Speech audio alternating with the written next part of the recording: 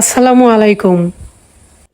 কিছুদিন পরেই কোরবানি ঈদ, তাই কিভাবে পারফেক্টলি একটি গরুর মাংসের ভুনা রেসিপি করা যায় সেটাই আজ আপনাদের সাথে শেয়ার করব।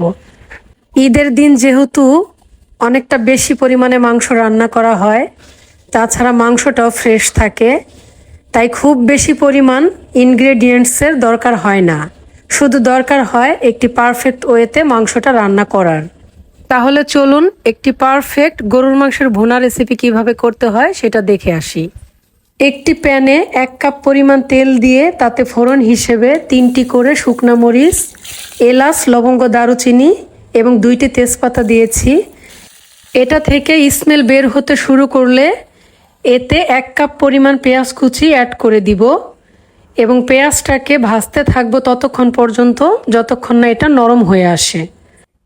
তো এই পর্যায়ে 1.5 টেবিল চামচ পরিমাণ আদা বাটা, 1 টেবিল চামচ পরিমাণ রসুন বাটা এবং স্বাদ মতো লবণ এর সাথে অ্যাড করে দিচ্ছি।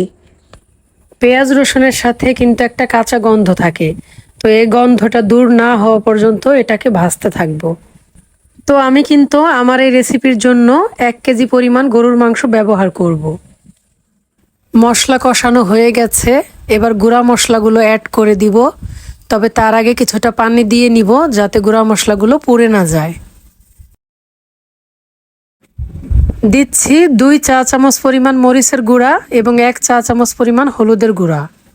তেল উপরে উঠে না আসা পর্যন্ত এটাকে কষতে হবে। তো এই পর্যায়ে আমি আরও কিছুটা পানি অ্যাড করে দিয়েছি।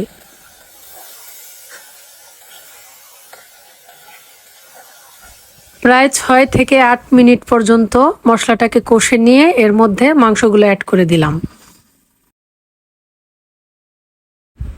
এবার মাংসের সাথে মশলাটাকে ভালোভাবে মিশিয়ে নিতে হবে।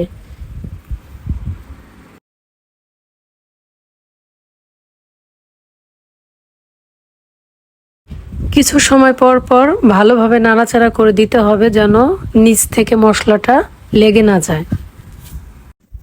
মাংসের স্বাদ কিন্তু অনেকটাই নির্ভর করে মশলা এবং মাংস কত ভালোভাবে কত সময় ধরে কষানো হয়েছে তার উপর।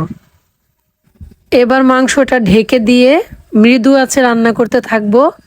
20 মিনিটের মতো এটাকে রান্না করতে থাকবো, তবে মাঝে মধ্যে ঢাকনা খুলে নাড়াচাড়া করে দিতে হবে, নয়তোবা নিচ থেকে লেগে যেতে পারে।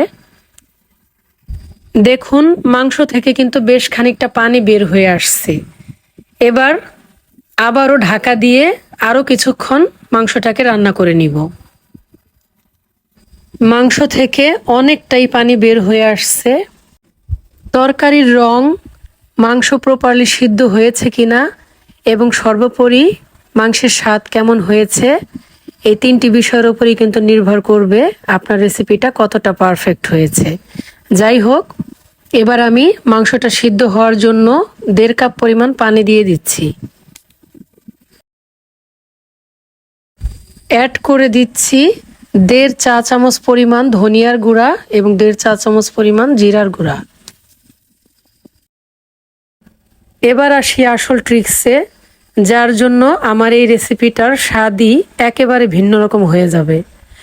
তো আমি আগেই কড়াইতে 3টি করে এলাচ, লবঙ্গ, দারুচিনি, 7-8টা কালো গোলমরিচের দানা এবং 1 টুকরো ছোট জয়ত্রী টেলে নিয়েছিলাম, সেটাকে এখন গুঁড়ো করে নিলাম। এটাকে এখন মাংসের মধ্যে দিয়ে দিব। এই মশলাটার যে একটা ঘ্রাণ, এই ঘ্রাণটাই কিন্তু আপনার মাংসের স্বাদকে বহুগুণে বাড়িয়ে দিবে। তো দিয়ে দিচ্ছি গুঁড়ো করা এই মশলাটা। এবার মশলাটা ভালোভাবে নাড়াচাড়া করে মিশিয়ে নিয়ে ঢাকনা দিয়ে ঢেকে আরও কিছুক্ষণ জাল করে নিতে হবে।